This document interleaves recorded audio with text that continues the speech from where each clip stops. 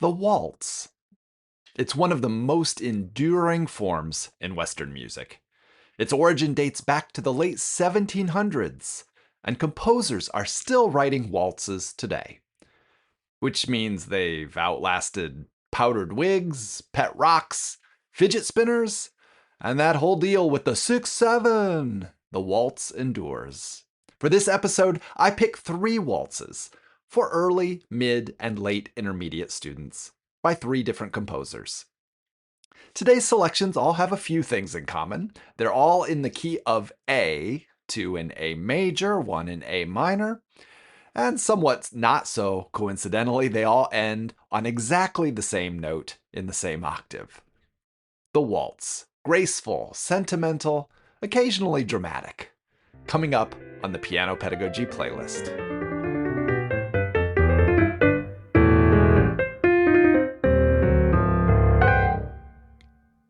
Greetings and welcome. I hope your day is going well. My name is Luke Bartolomeo. I'm a pianist, a teacher, and also the developer of apps for music education, including Flash Note Derby. Each Monday, I play for you some of my current favorites from the contemporary repertoire of piano music written for students. Music by living composers that deserves to be heard, shared, and taught. Today we're listening to waltzes, appropriately enough, 3 of them, each with a very different personality. Back in the late 18th century, the dance which had become known as the waltz was considered a little scandalous because couples were dancing in a closed position, which at the time was a shocking idea, and a little too exciting for polite society. Of course, today, the waltz brings to mind a dance that is somewhat formal and old-fashioned. Most of us are more likely to experience it in its musical form, rather than gliding across a ballroom floor. But the sense of motion and that gentle lilting quality that 3/4 time provides are still very much part of the musical picture. First up on our program today, we have Catherine Rollin's Valse Sentimentale, or Sentimental Waltz, written for mid-intermediate level students. It's from her collection Spotlight on Impressionist Style. And this piece has a kind of French cafe atmosphere. I've always loved this piece. One thing I especially appreciate is how carefully the rubato is indicated in the score. Instead of just saying with rubato and leaving everything up to the student, who might have very different ideas about how rubato should be worked out in such a piece, Rollin explicitly shows where the music should push ahead and where it should pull back. The execution really should be demonstrated by the teacher to illustrate how to make it all seem natural and integrated. Here is Valse Sentimentale by Catherine Rollin.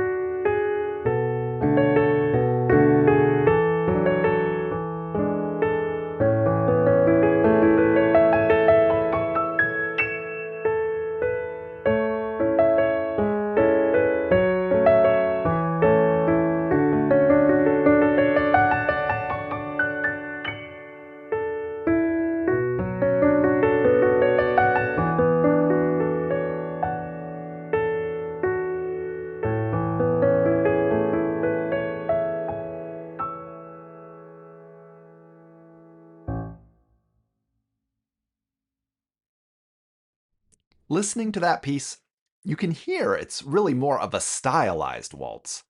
With the tempo shifting that much, it wouldn't be very practical for actual dancing. You'd end up with a lot of bruised shoulders and stepped on toes. But musically, it absolutely captures that swaying, circular feeling that makes a waltz a waltz. Our second selection today is Midnight Waltz by Julie Ann Ballard, written for early intermediate students. Her waltz has a descending bass line that's slightly reminiscent of the waltz we just heard, but the mood here is completely different. This time we're in A minor, and the bass line moves by half steps, which gives the music a darker, or at least a more reflective feeling. The melody itself is quite simple, which makes this a great piece for working on tone production and shaping phrases of varying lengths. We're leaving carefree cafe life for something more introspective, maybe a little mysterious, like the title suggests. Here's Midnight Waltz by Julie Ann Ballard.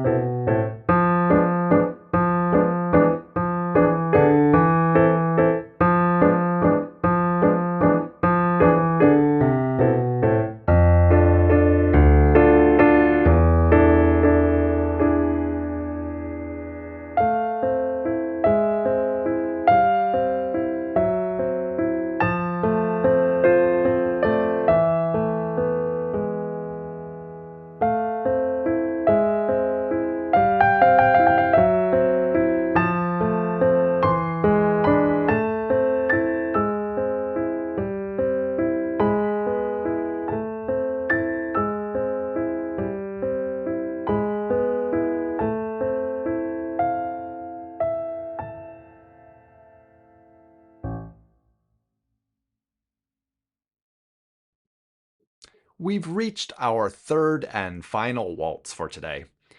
It's the Valse Romantico, or Romantic Waltz, by Martin Cuellar, for late intermediate level students. We're back in A major for this one, back to a brighter mood, but with a very different kind of energy. You might remember I played some of Mr. Cuellar's compositions on the podcast back in January, but this one is actually the first piece that introduced me to his music, and I've had a fondness for it ever since. One thing, though, I always have to remind myself when playing this piece is to not rush. The composer clearly indicates that this is not to be hurried through. Kind of like how it's good advice to not jump too quickly into a new romance, but to take things slowly. This waltz is governed by a sense of restraint, but it's a restraint that feels like it could be abandoned at any moment. It's listed for late intermediate level students, but technically the biggest challenge is the left hand, which is relentlessly roaming around the keyboard. It's a great piece for building confidence in navigating the geography of the bass clef. I really hope you enjoy Valse Romantico by Martin Cuellar.